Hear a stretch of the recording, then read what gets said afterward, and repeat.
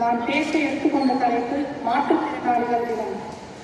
இயற்கையின் படைப்பில் ஒவ்வொன்றும் வித்தியாசமானவை, ஒவ்வொன்றும் ஒவ்வொரு விதமான அழகிய அம்சங்கள் நிறைந்தவை. மனிதனும் அதுபோலதான். ஒவ்வொரு மனிதரும் தோற்றம், இனம், திறமை என பல்வேறு விஷயங்களில் வேறுபடுகின்றனர். எவருமே 100% முழுமையாக இங்கு படைக்கப்படுவதில்லை. எல்லோரிடமுமே ஏதாவது ஒரு குறை இருக்கத்தான் செய்கிறது. அந்த குறையை பெரிதாக எண்ணாமல் எதிர்த்து போராடுபவர்கள் வெற்றியாளர்களாக ஆகின்றார்கள். அவ்வாறு பிறப்பும் இறப்பும் இயற்கையின் நியதி. பிறக்கும் எந்த குழந்தையும் இந்த இனத்தில், இந்த குணத்தில், இந்த தோட்டத்தில், இந்த இனத்தில் தான் பிறப்பேன் என்று கூற முடியாது. அதை தீர்மானிக்கவும் முடியாது. அதுபோல மாற்றுத்திறனாளிகள் எவரும் அப்படி விரும்பி பிறப்பதில்லை. மரபணு காரணங்களாலோ, தாயின் கருவில் இருக்கும் போதோ, பிறந்த பிறகோ, நோய் மற்றும் விபத்து என பல்வேறு காரணங்களால் அவ்வாறு ஆக்கப்படுகின்றன. அவ்வாறு ஆகின்ற என்னை போன்றவர்களை இந்த சமூகத்தில் இருந்து ஒதுக்கி வைக்காமல் அவர்களையும் இணைத்து செல்ல வேண்டியது இந்த சமூகத்தின் கடமையாகும். மாற்றுத்திறனாளிகள் தின விழா கொண்டாடும் இந்நாளில் அதை பற்றி ஒரு சில வார்த்தைகள் கூற விரும்புகிறேன். 1981ஆம் ஆண்டு மாற்றுத்திறனாளிகள் ஆண்டாக ஐநா அறிவித்த போதுதான் உலகத்தின் கவனம் மாற்றுத்திறனாளிகளின் பால் ஈர்க்கப்பட்டது. பின்னர் அதே ஐநா 1992இல் ஒவ்வொரு ஆண்டும் டிசம்பர் 3ஆம் நாள் மாற்றுத்திறனாளிகள் தினமாக கடைபிடிக்கப்படும் என அறிவித்தது. அதுவே மாற்றுத்திறனாளிகளின் உரிமைகள் மீதான விழிப்புணர்வு ஏற்பட காரணமாக இருந்தது. 1992இல் சீனாவில் பீஜிங் நகரில் நடைபெற்ற மாற்றுத்திறனாளிகளுக்கான பங்கேற்பும் சமத்துவமும் என்ற அறிக்கையில் இந்தியாவும் கையெழுத்திட்டது. அதுதான் இந்தியாவின் மாற்றுத்திறனாளிகள் மீதான முதல் கவனப்பதிவு. 1995இல் PWR இயற்றப்பட்டது. வேலை வாய்ப்புகளில் இடஒதுக்கீடு உறுதி செய்யப்பட்டது.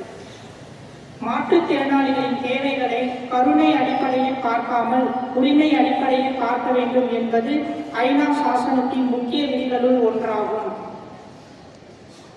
இந்தியாவில் மட்டும் 7 கோடிக்கும் அதிகமானோர் மாற்றுத்திறனாளிகள் உள்ளனர்.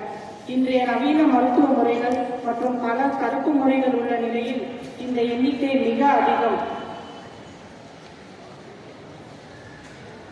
2006ஆம் ஆண்டு மாற்றுத்திறனாளிகளுக்கான ஐநா சாசன விதிகளை இந்தியாவும் ஏற்றுக்கொண்டதுடன் தற்போது அமலிலும் உள்ளது.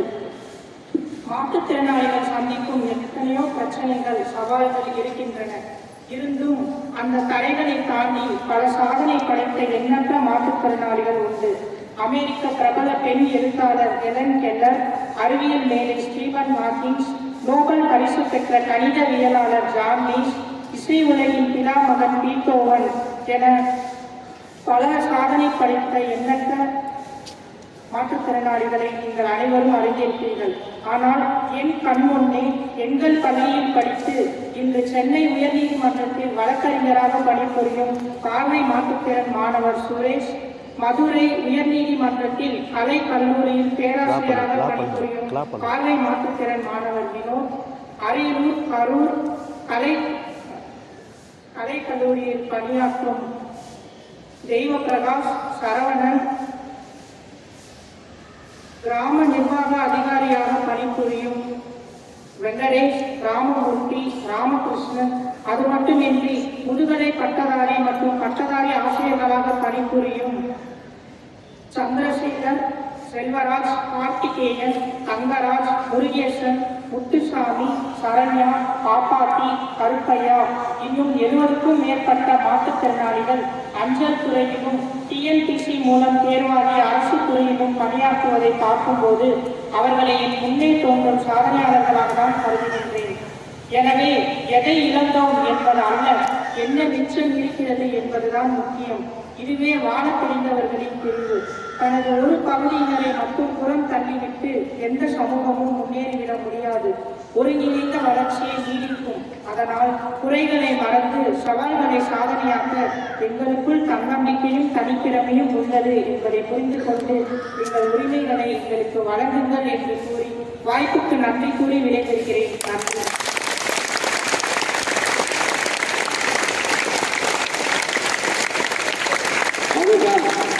தெளிவாக அருமையாக காமிச்சு